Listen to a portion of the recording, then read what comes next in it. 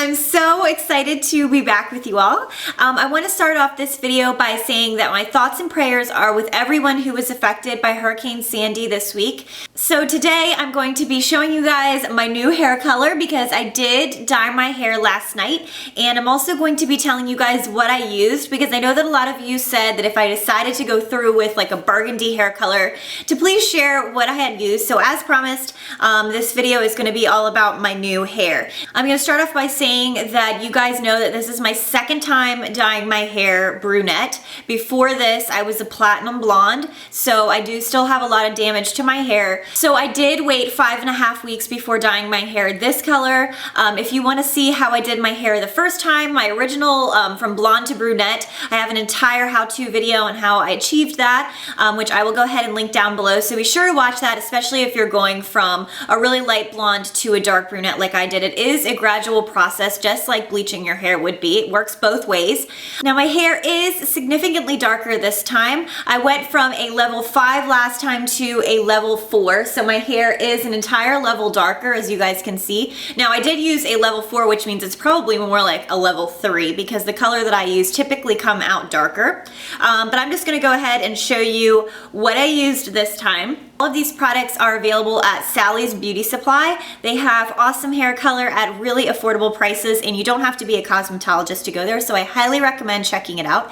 Now you guys know that last time I did use an ion dye and then I colored over it with a Garnier because I was not happy with the ion. It was too light.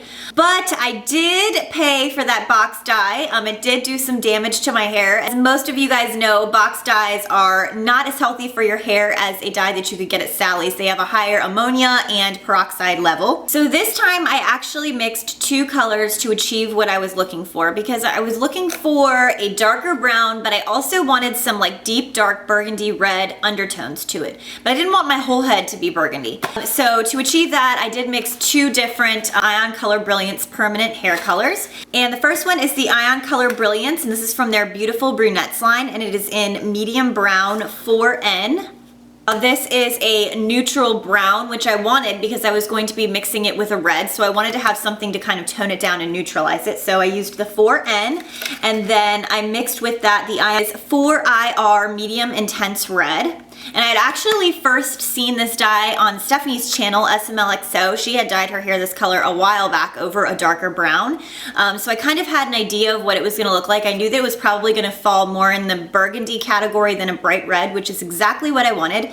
So this is why I picked this one up. And unfortunately, the 4IR is only available in permanent. So I did go with permanent for both. Next time I'm probably going to use a demi-permanent just because they're a lot less damaging. But like I said, the color I wanted, of course, it was a freaking permanent, go figure. And the ratio for the Ion Color Brilliance hair colors is a 1-to-1 mixing ratio. And each Ion Color Brilliance tube is 2 ounces. So you want 2 ounces of color to 2 ounces of developer. So I put my 2 ounces of developer in, and then I mixed in 1 ounce of the 4N and 1 ounce of the 4IR and mixed it all together. And I was a little bit shocked when I mixed it up because it came out like bright pink. Like it was bright pink, so I was almost scared to put it on my hair, but I sucked it up and I painted it on.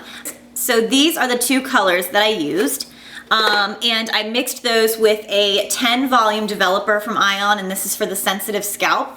Now the reason that I used a 10 and not a 20 or a 30 is because a 10 volume developer is really all you need to sort of deposit color, and that's all I was really doing since I was going from a lighter brown to a darker brown. I just wanted to deposit. So if you're going darker, you only need a 10 volume developer because the higher volumes, 20 and 30, are going to actually lift. So you don't need any lift if you're going darker. So I just used a 10 volume. I also always apply this. This is the Ion Color Brilliance Stain Barrier Cream, and you put that all around your hairline before you color so that you don't get any stains on your skin. That stuff works great. You can also use Vaseline.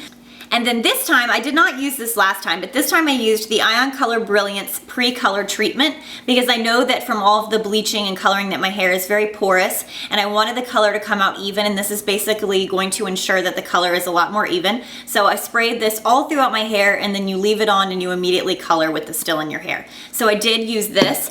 And I applied my color with a brush. I just painted it all on, and then I let it sit for 30 minutes and then rinsed it out. Now make sure that you rinse really well. Use cool water. Don't be using hot or warm water, you know, as cool as you can handle. Rinsed it out, and then after I rinsed it out, I applied the Eye Color Brilliance After Color Treatment. This was also my first time using this, but this is gonna sort of seal and lock in the color in your hair cuticle and just help it to last longer, and it also seemed like it was a little bit detangling. And I let this sit in my wet hair for about 4 minutes and then rinsed it out, and then I was completely done, and voila, I had dark brown burgundy hair. Hopefully you guys can see, we're having another cloudy day here. I swear it looks like another storm is coming, and I'm getting like freaking anxiety over it because I feel like all we get is storms anymore.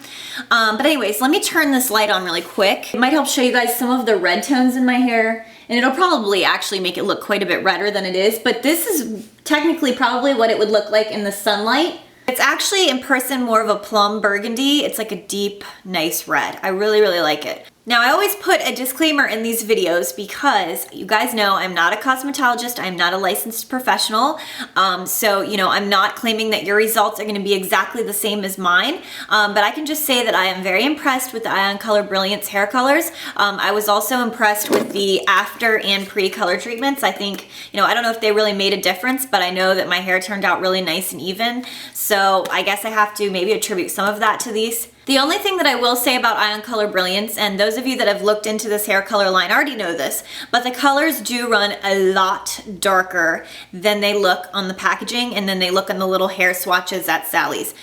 For example, the 4N medium brown that I looked at, the swatch looked more like my hair originally. So if you look back at my last video, you can see that's what the swatch looked like, more of like a light golden blonde.